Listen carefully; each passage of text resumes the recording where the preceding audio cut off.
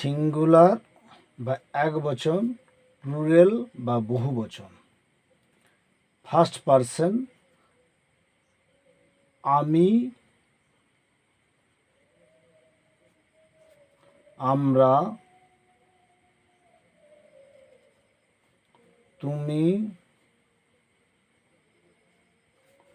তোমরা, সে বা অন্যান্য জিনিস, দে মানে তাহারা। এইটা সম্পর্কে আমাদের সম্যক ধারণা থাকা দরকার। যেটা সবথেকে বেশি ব্যবহার করা হয় প্রেজেন্ট সিম্পল বা সিম্পল প্রেজেন্ট বা ইনডিফিনিট টেন্সে এর সবথেকে বেশি ব্যবহার করা হয়। যেমন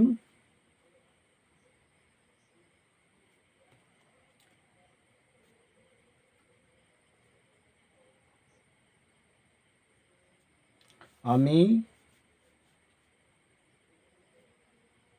পড়ি, আই রিড, তুমি পড়ো, ইউ রিড, তোমরা পড়ো। আমি পড়ি, আমরা পড়ি, আমরা পড়ি, তুমি পড়ো, ইউ রিড, তোমরা পড়ো, ইউ রিড। সে বা তাহারা বা অন্যান্য তখন হবে হি রিডস, দে রিড। তাহলে কর্তা যদি থার্ড পারসন সিঙ্গুলার নাম্বার হয়, সিম্পল প্রেজেন্ট বা ইনডিফিনিট টেন্সে ভার্বের সাথে এস বা ইএস যোগ হয়। একমাত্র সিম্পল প্রেজেন্ট বা ইনডিফিনিট টেন্স ছাড়া আর কোথাও টেন্সের কোনো ভাগে এস বা ইএস যোগ হবে নি। সে বা তাহারা, যেমন বাবা পড়ে, ফাদার রিড।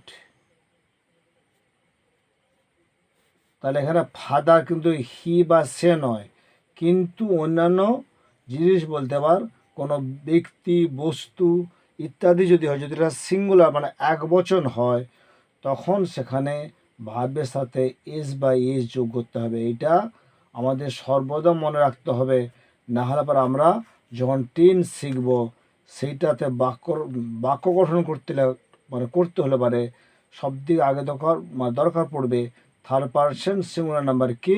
কর্তা যদি থার্ড পারসন সিঙ্গুলার নাম্বার হয়, সিম্পল প্রেজেন্ট বা ইনডিফিনিট টেন্সে ভার্বের সাথে এস বা এস যোগ করতে হয়। এটা এখন থেকে সকলেরই মাথায় ভালোভাবে ধরে রাখা দরকার।